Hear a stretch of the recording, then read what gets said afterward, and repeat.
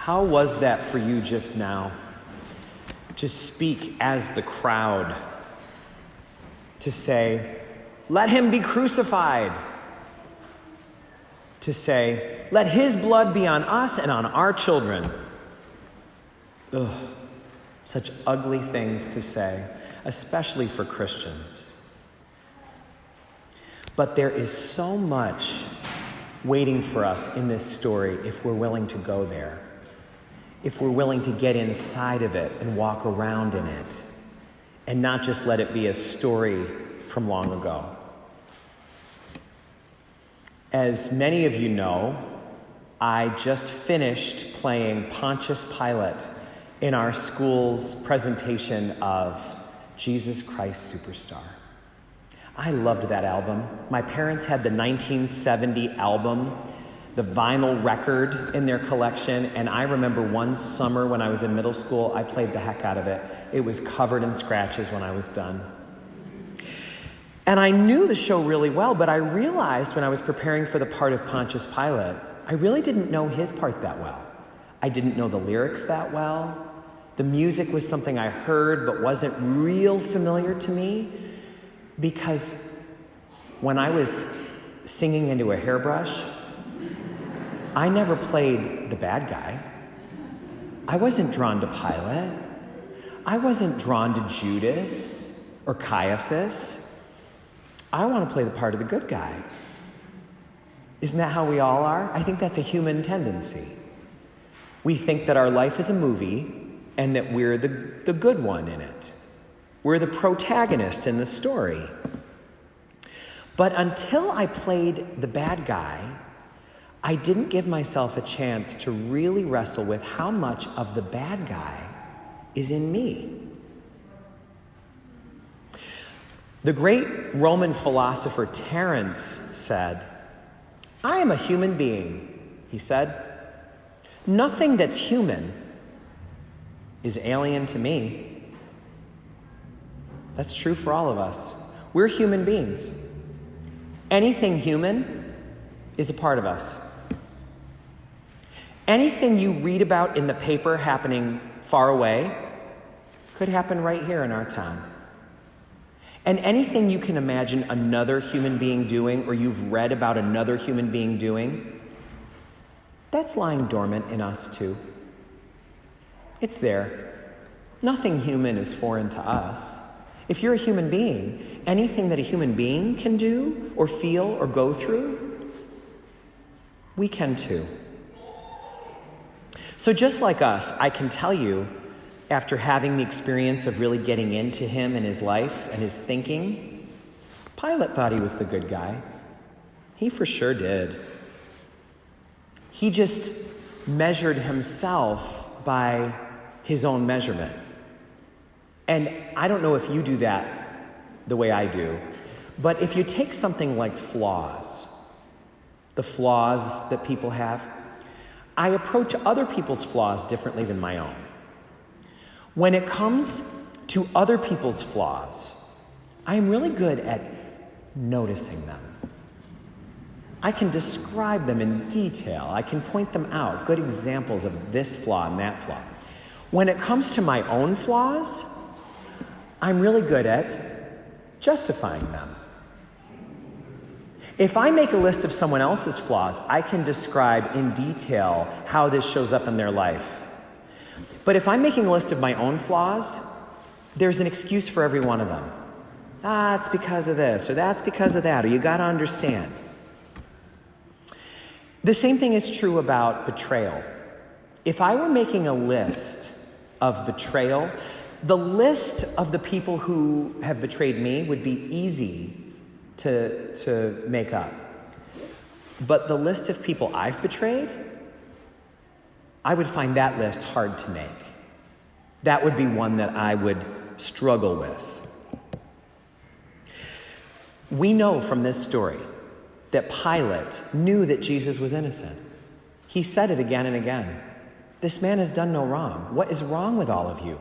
Why are you so angry at him? It says in the scripture that we read today from Matthew, he knew they were doing it out of envy, it says. And he wanted to save Jesus. He had the power to save him, and he wanted to use it. And that wanting to use it put him right at the verge of a holy moment. He was right there. He could have done it,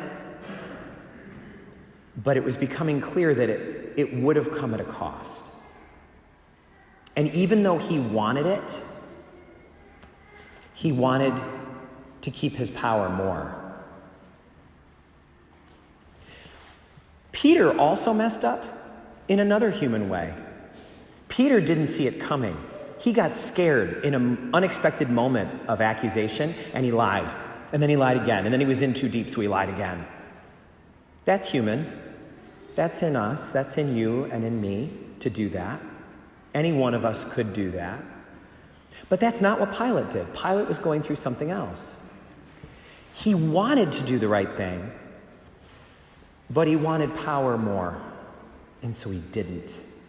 And so his holy moment evaporated. Throughout all of Lent, we've been closing our celebrations with the same song. Some will choose to gain it by lie or guile or sword. And we want to sing the rest and have it be true. But as for me and my house, we will serve the Lord.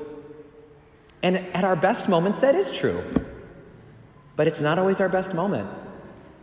And sometimes we want to serve the Lord, but we want something else more. And so the holy moment evaporates in front of us. So this Holy Week, it feels like our homework is very specific. It's to acknowledge I'm a human being. So aspects of Pilate are in me. Which of those am I willing to look at? I'm a human being. So aspects of Peter are in me. Which of those am I willing to look at? Because I'm a human being, parts of Caiaphas are in me. There's a Roman soldier in me. What part of that am I willing to see? Being willing to see it can put us at the intersection of some really clear and difficult decisions. A friend of mine has noticed that in our friend group, a lot of us have different circles of friends. In this particular friend group, there's a snarkiness that's afoot. And we've always been that way as a group. We're kind of fun and sarcastic. At its best, it's joshing and good-natured ribbing.